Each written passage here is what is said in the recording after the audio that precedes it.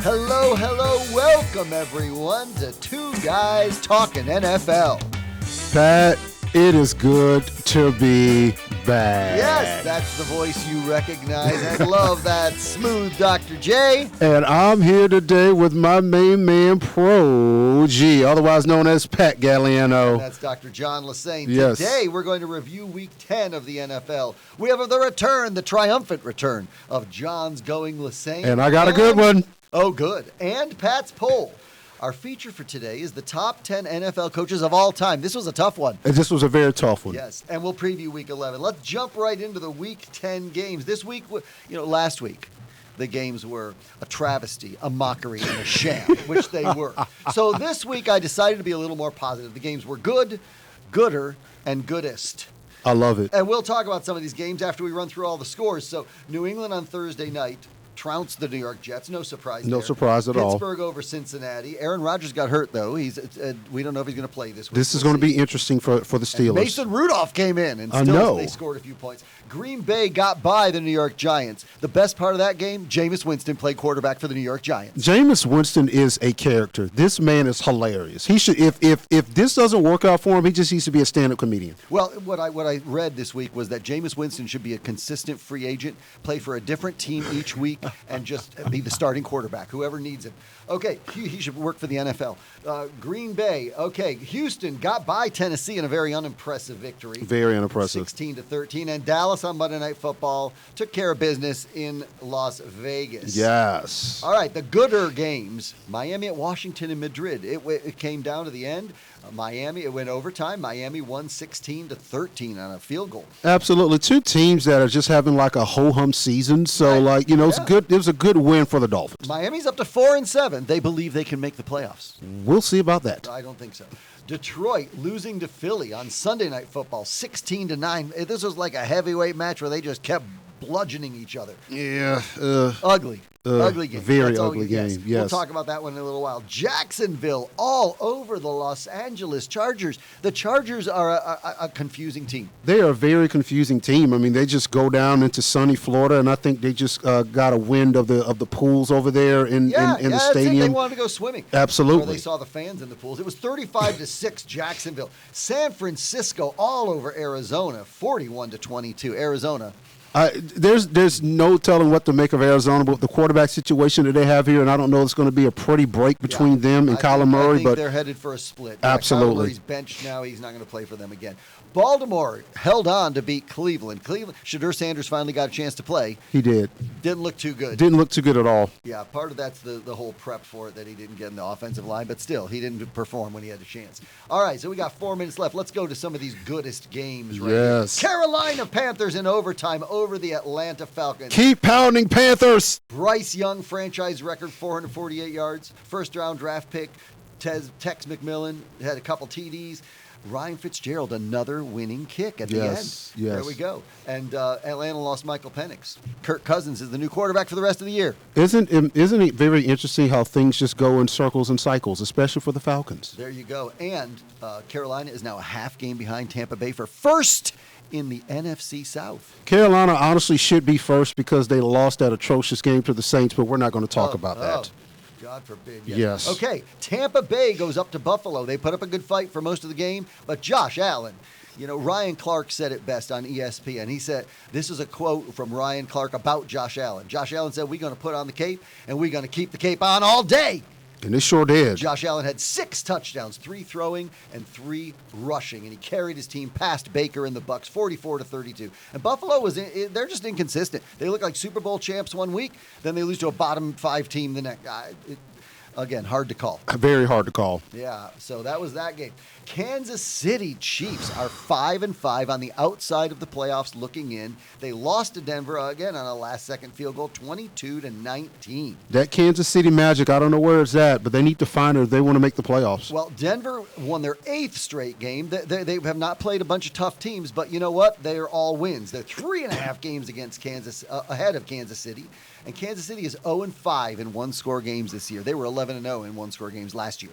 Wow, how the tables have turned. 9 years of division championships in a row. It's Denver's turn. Yes, it is. It's Denver's to lose this year now. And KC may struggle to make the playoffs because they've lost to all the teams that they are against in the playoff seeding. Absolutely. Yeah, so, all right. The Chicago Bears are 7-3 and in first place in the NFC North. The Norris division, as Chris Berman used to call it. Who would have thought that the Bears would be sitting at first place at this point in the season? Not I, but Caleb Williams, Ben Johnson, they're working out. Absolutely. Magnificent job. The Bears are 5-1 in one-score games. Minnesota actually took the lead in this game, 17-16 in the fourth quarter. And then J.J. McCarthy had thrown a touchdown pass. Minnesota took that lead. Chicago blew a 16-3 lead. But then Chicago, long kick return by Devin Dervaney. And then Cairo Santos, 48-yard field goal. Great win for the Bears. Great win. Yeah. Seattle lost to the Rams in SoFi, 21-19. L.A. held on.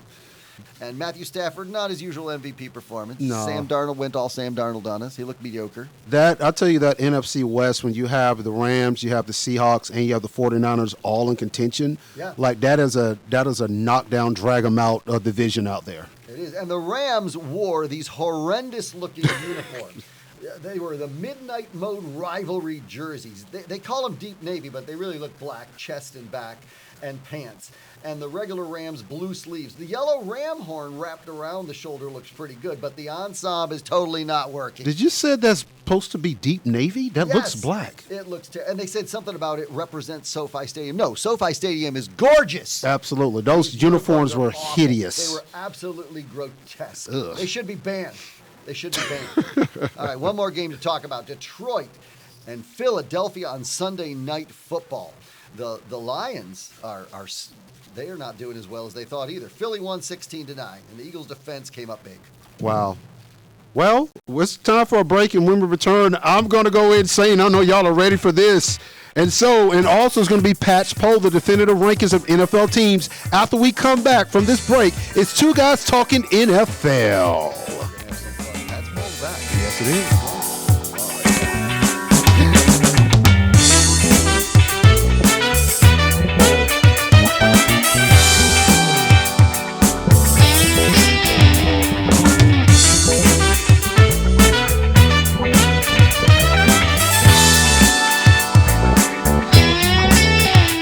Welcome back to Two Guys Talking NFL. I'm Pat Galliano. And I'm John Lesaine. We're coming to you from the luxurious Langford Communications Center on the campus of Newberry College in South Carolina. Absolutely. And here we are. You've been waiting for it for 3 weeks. John's going Lesaine. Pat, thank you so much. I appreciate it. And I've been waiting for it for 3 weeks as well to go Lesaine with you all. Now, this week's rant is a good rant.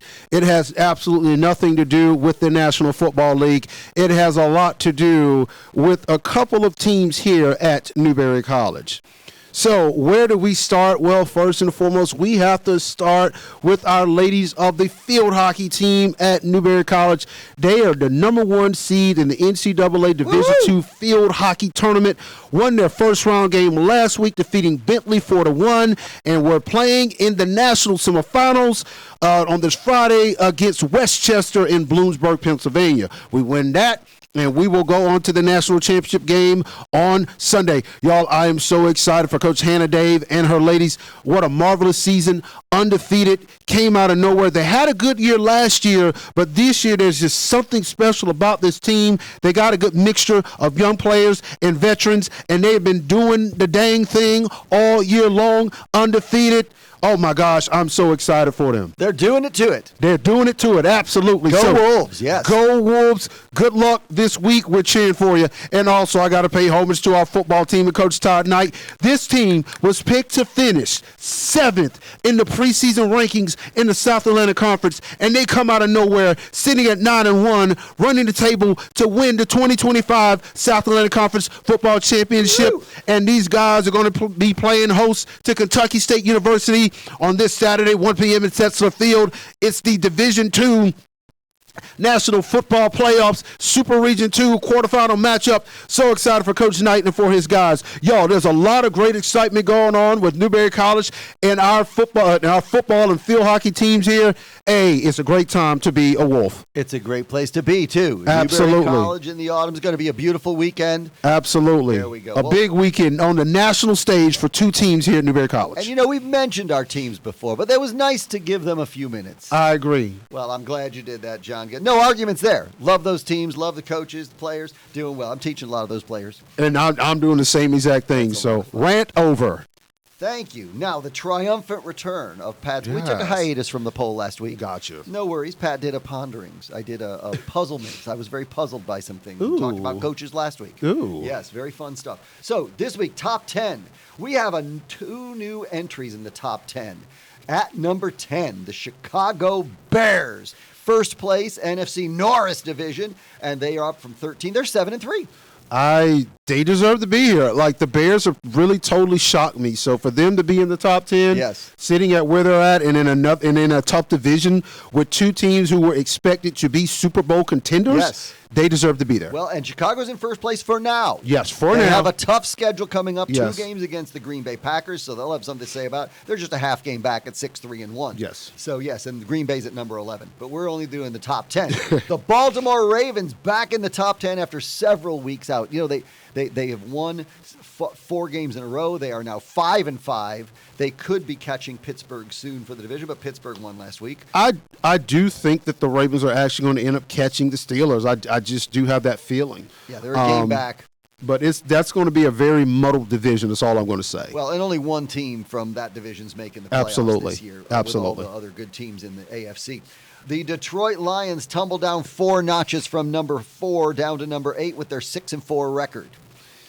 Yeah, I mean, Detroit has not been as dominant as they've had in the past couple of years, so time will tell. Well, they got held to 9 points this week against Philadelphia on that defense after Dan Campbell took over the play calling. Yes. And he did an outstanding job the first week, and they were just stifled this week. Absolutely. I mean, they gained some yards. They did actually better offensively than Philadelphia, but they couldn't you got to put the ball in the end zone is what you got to do. Field goals are not going to win it. That's it. That's good. The Seattle Seahawks, down from number 3 to 7. Mm-hmm. They had a chance to win this game. Like, the Seahawks are pesky. Even with the 4 Sam Darnold interceptions, they almost had a chance to win. Absolutely. But they're 7-3. They're a game behind the Rams in the NFC West. And the Seahawks look like they're on the way to the playoffs. Yes, they do. I don't think Sam Darnold's totally regressed to the person he was on the New York Jets and the other teams that he played for. But, he's got to do better than 4 interceptions. Absolutely. Can't do that. The Indianapolis Colts take a leap from, I don't know how this happened. It's just other teams lost. They were 11 last week. They're number 6 in a bye week. They're still 8-2. Yeah. We'll see how they do. I'm not totally sold on them. I'm not totally sold on them neither, but we'll see. Baltimore couldn't go up there. Chicago couldn't go up to 6. And Seattle and Detroit lost. So, Indianapolis gets some love this week. All right, the Buffalo Bills up from number 8 to 5. They are back on the winning track. As we said, they beat Tampa Bay. As you said, they're an enigma because they're so kind of like inconsistent. So, yeah. Maybe it's going to be, if Sean McDermott doesn't go to the Super Bowl this year, I think he's done. I think he's done too. So we'll see. Maybe they'll promote Joe Brady, their offensive coordinator, who's a hot coaching candidate for anybody that gets fired. Denver Broncos climbing up to number 4. They are 9-2, tied for best record in the NFL. Sean Payton is going to definitely be one of the leading candidates for Coach of the Year, along with Ben Johnson. Well, along with Ben Johnson, but the person who I think is going to win Coach of the Year right now is coaching the number 3 team in Pat's poll, and that's the New England Patriots, Mike Vrabel. They're 9-2. Vrabel has got that team. He's given that franchise their swagger back. Wow, what a record. 9-2 New England Patriots. No, I wouldn't have guessed this. Neither would I. So the Philadelphia Eagles coming in holding at number 2 with their 8-2 record. Now, they are so far ahead in this division, they may just, plan on being home for the first playoff game. I agree. For sure, and maybe more, because the Rams have a tougher schedule with the teams they have to play than the Eagles. So the Eagles are going to cruise to their division title. They're 3.5 games ahead of Dallas, who's got 4 wins. They've got 8 wins already. Yeah, the cheesesteaks, they just make it happen. They don't play, they're not dominant. It's not pretty, especially the past couple of wins that they've had, but they've found ways to win. Jalen Hurts, 130 yards passing. I mean, he doesn't, it's just not. Yeah. All right, and the number one team 2 weeks in a row in Pat's poll are the Los Angeles Rams. You can't just say that name slowly. You have to say Los Angeles because it's majestic, just like this team and Sean McVay, their head coach. I tell you, Mick, I mean, it's that team is just so steady. Oh my gosh, they deserve to be there. 8-2, first place. Sean McVay, running the offense. They held them off. Yeah, they held off Seattle. They got it done. So that's good. So after this short interlude, we're going to share our top 10 coaches of all time. Yes, Pat, I'm so excited. You have some good coaches on the list. I got some good coaches, and one is very, very, very personal to me because I met this coach, and you're going to see the picture of it. So. Oh, nice. Good. Well, that's good. So we'll be back in a few minutes. Hope you join us. Thank you. Yeah, the coaches. I bet we are. This is fun.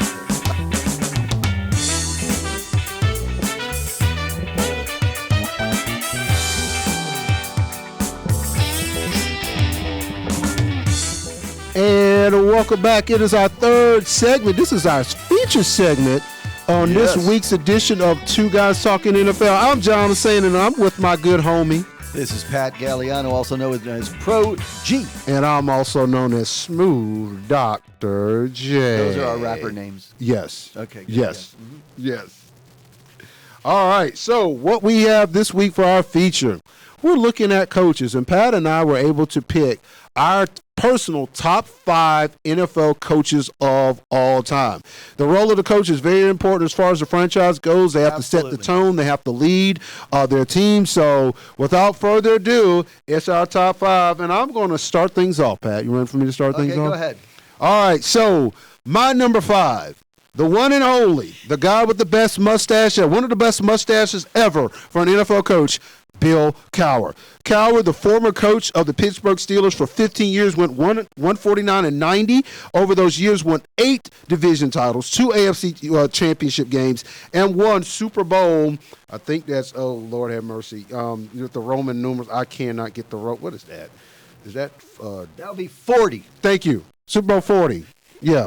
I forgot. That's what he went. He's got a great mug and a great mustache. Yes. A great mustache. So my number 5 coach, rival of the Steelers, Marty Schottenheimer, formerly of the Cleveland Browns, Kansas City, Washington, and his last stop was in San Diego, where he finished 14-2 in 2005, and then they fired in 2006, after a 14-2 season with the Chargers. Couldn't win enough in the playoffs, but Marty has 200 wins. It's 8th all time. He coached Joe Montana in Kansas City in a famous Monday night game where John Elway was playing for Denver. Wow. And guess who won that game?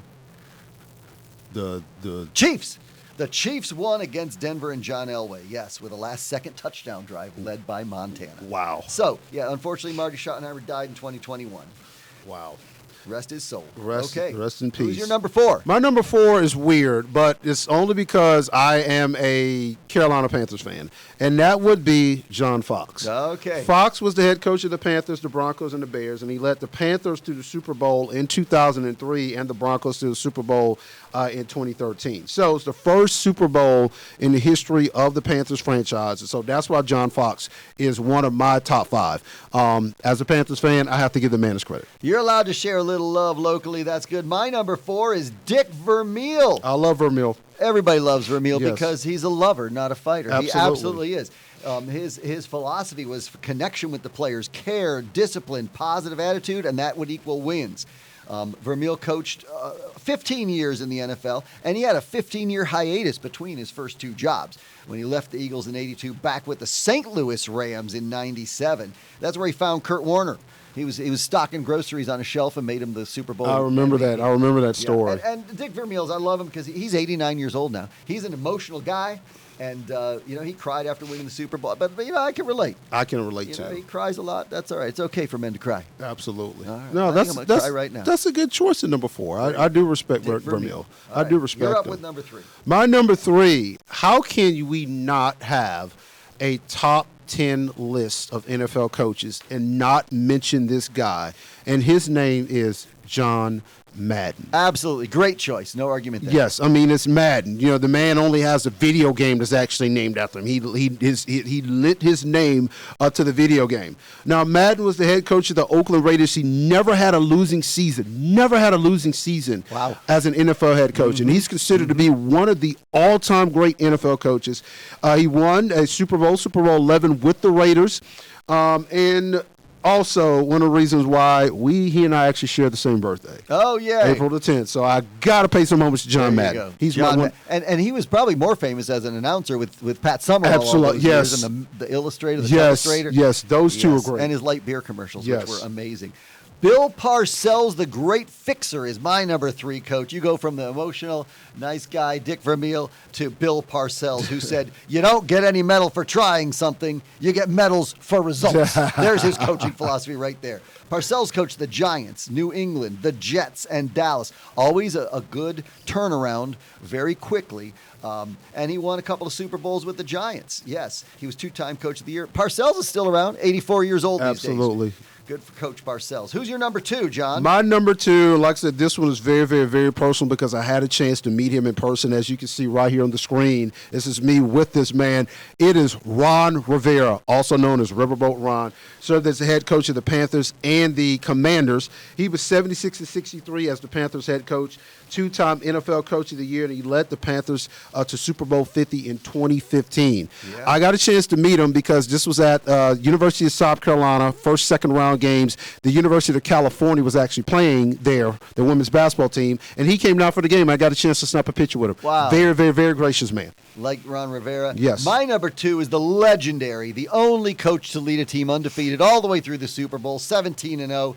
Don Shula. Yes. 2 Super Bowl wins with the Dolphins in the early 70s. The only perfect season. Most wins by a coach ever. 328 in the regular season, 347 total. And he coached the Colts, in that famous Super Bowl 3 where Joe Namath beat them. Yes. The victory. But he had, he died in 2020, but great coach, Don Shula. Good choice there. And my number 1 is a good man, a great man. That is Tony Dungy.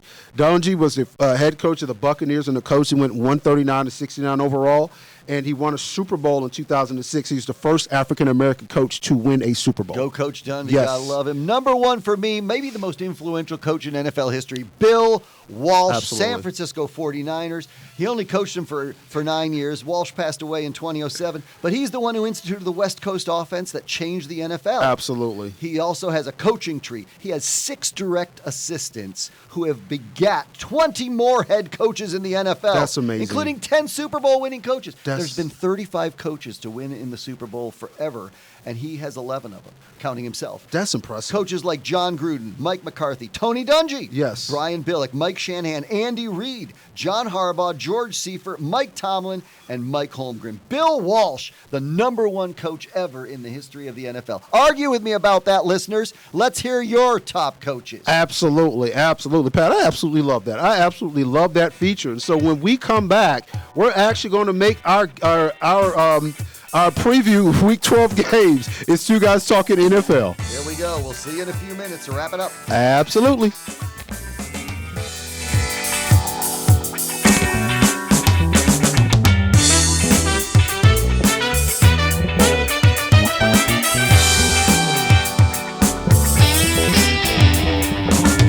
And welcome back in, folks. I know you enjoyed that music once again. I forgot about the music. We've been moving here in the studio the whole time.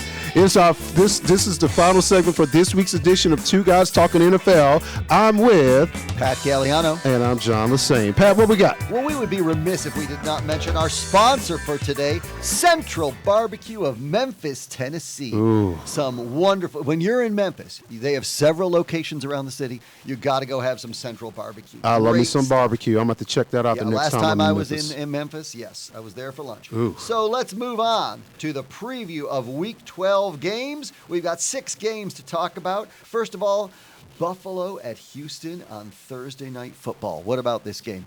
This is going to be a very interesting one. I think Buffalo goes into Houston and gets this win.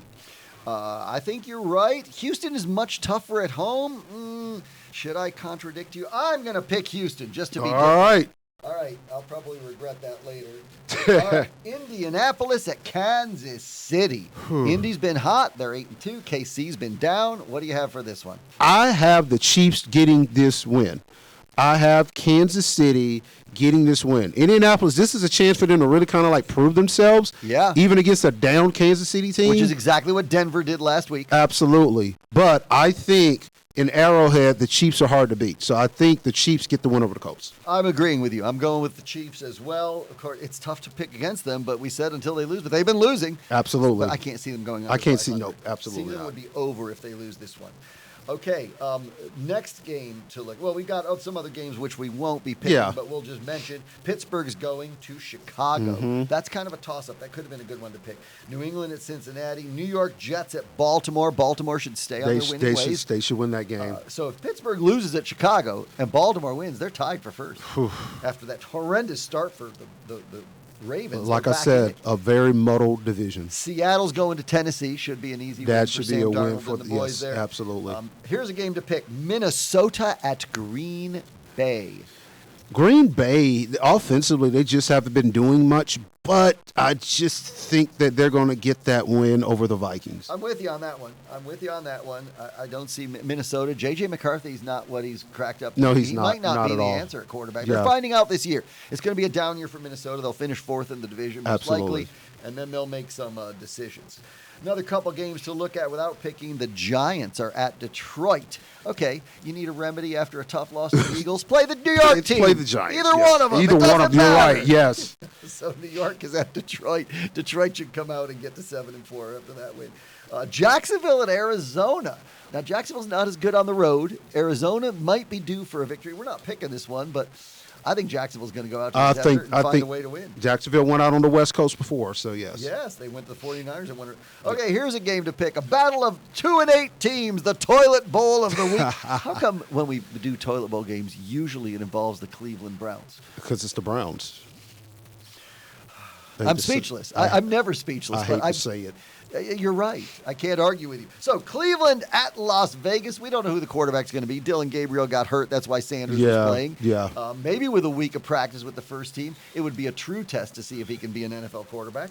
It'll be interesting. It's a tough one. I think both teams might cross the 50-yard line maybe twice in this game.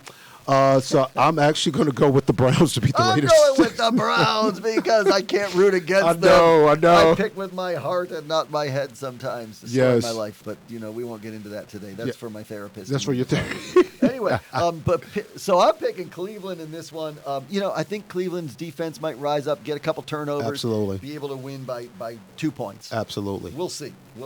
Las Vegas is tough. And then another game to pick, an NFC South matchup, Atlanta at New Orleans. Another toilet bowl matchup there. Yes. Oh my gosh. I'm gonna go with the Saints. I think the Saints are gonna win this game. Okay, you can pick the Saints. I'm going with the Falcons. The Falcons. And Kirk Cousins back in the saddle. We'll see.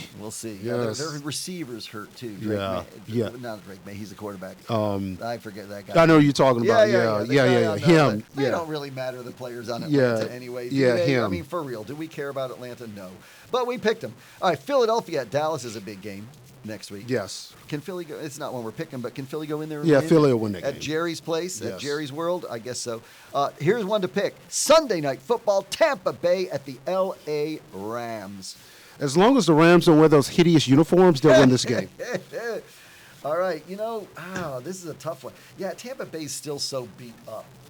Tampa Bay is so beat up. So I'm going with you. We don't have a lot of differences this time, John. Yep. We only differed on a couple. No. But we'll see. And the Monday Night Football game is very exciting. So if Tampa Bay loses at the Rams and Carolina finds a way to win at San Fran on Monday Night Football, We'll be in first. Carolina's in first place. Now, they have a tough schedule coming up. Yeah. 2 games with the Bucs. Absolutely. And so the Bucs really are still in control of this division, even if they lose and Carolina sneaks in.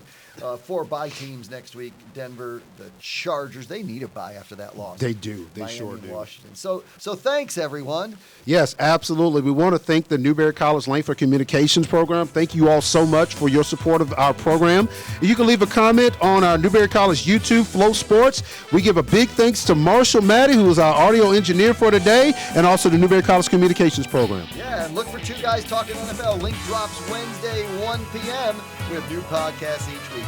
Love you, John. We'll see you soon. Love you too, Pats. Good to be back in the saddle. Yeah. See y'all next Two Guys week. Talking NFL. Woo-hoo. Awesome.